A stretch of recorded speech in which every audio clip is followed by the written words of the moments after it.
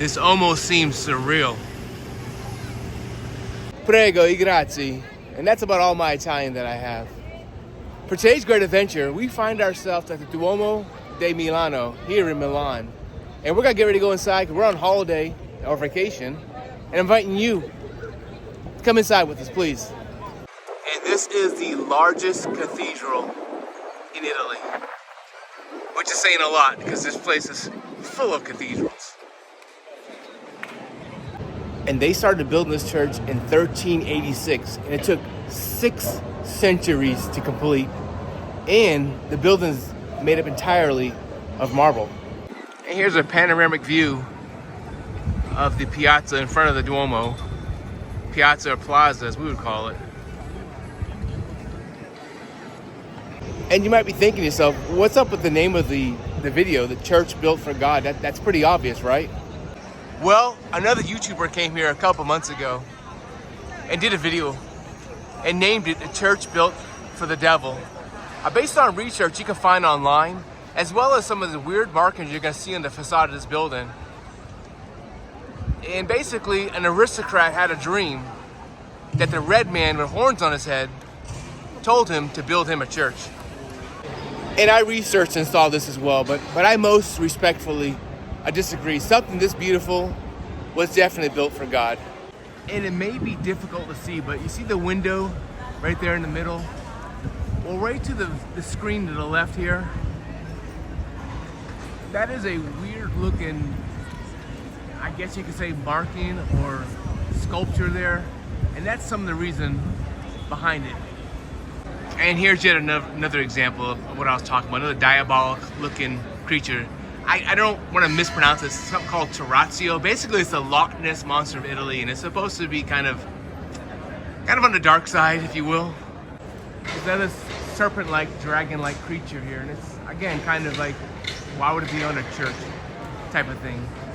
And I'm not trying to get all theological here. The YouTuber referred to it, didn't exactly say, but implied heavily. And again, I just don't agree. That's just my opinion. We're getting ready to head outside this beautiful cathedral and check out some of the spectacular views of Milan. So I guess I'll refer to these stairways up to the stairway to heaven. And just so you know, there is a choice to take the elevator, and apparently I made the wrong choice. There's a lot of steps. It kind of feels like a lighthouse, actually, going up the lighthouse. And 251 steps later, we are on the roof. And you do have to have tickets. Unfortunately for the inside, it's not open for a little later, so we went roof first, and then we'll go inside later on. There's some sort of event going on. And the first thing I want to do is show you this shot of 1925. Here we are 100 years later. Honestly, not much has changed. As you see the building on the right, we'll take a look. Let me get over this grate here. There it is. And I still can't believe I'm walking on top of the roof of a cathedral, but just look at this. How spectacular is this?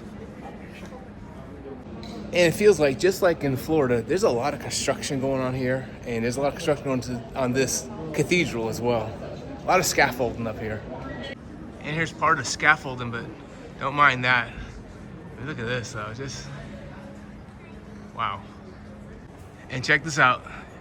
We can go even higher on the rooftops. And there's just a steady stream of people. There's a lot of people up here, and it's only 10 o'clock in the morning.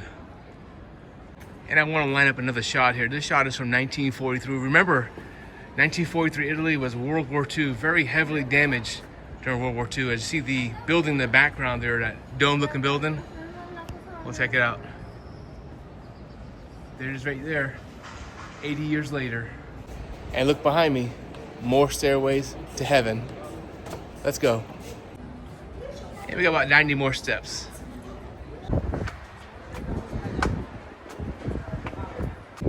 And here's a great shot of the pitch roof you can walk on. Again, plenty of people up here. Some more scaffolding, and look at the top there. Get a closer shot. That's nice. The sun in the background. And here's an interesting World War II fact. During the war, people go climb up that Golden Madonna and cover rags to protect or obscure her from British or American or Allied planes. And it is absolutely gorgeous. I wish I could come up there and get a closer view of that Golden Madonna. I mean, how did they get up there and cover it? I have no idea.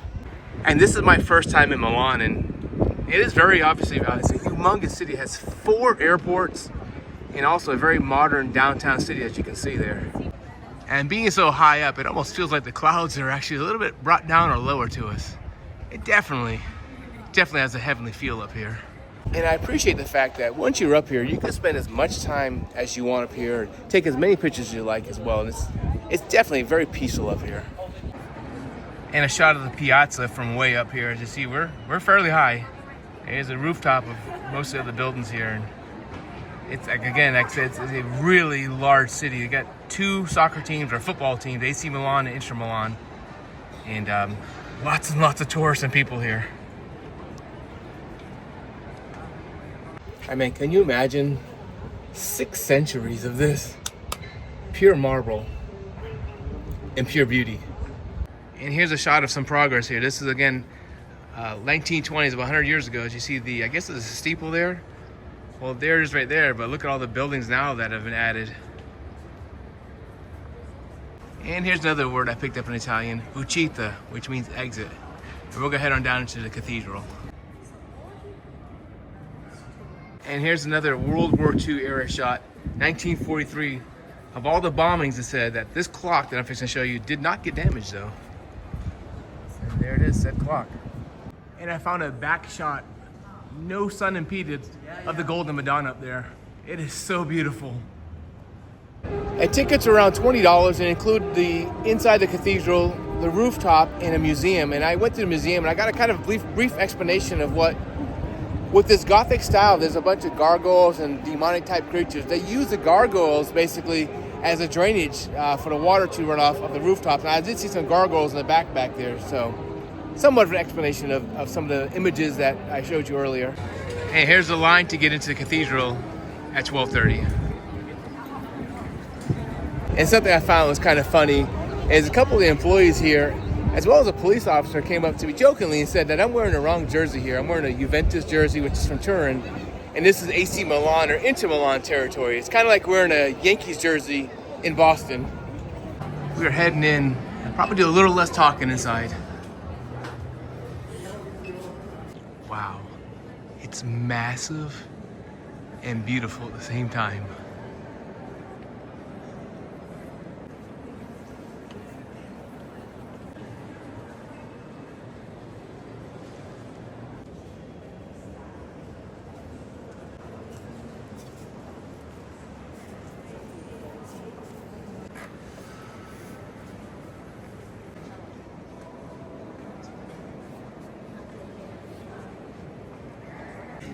And here is Saint Bartholomew from the 1st century, martyred. The saint is depicted flayed, holding a knife, instrument of martyrdom in one hand and a gospel in the other.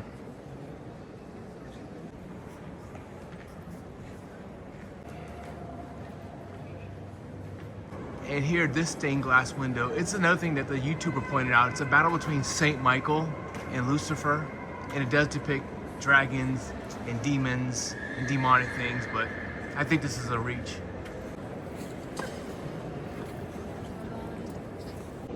And in spite of it being very crowded in a tourist trap type area, I still feel it's a very holy place. It seems very sacred. That's just my take on it.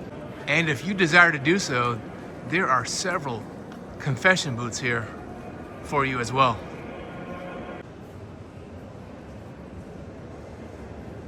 And that is going to wrap it up here at the Duomo di Milano. After what you just saw, you be the judge. Please like and subscribe. Take care. Until next time. Hey, thanks for watching this video. I hope you enjoyed it. If you did, please consider becoming a channel member. If you already are one, thanks for the support. Let's grow this together.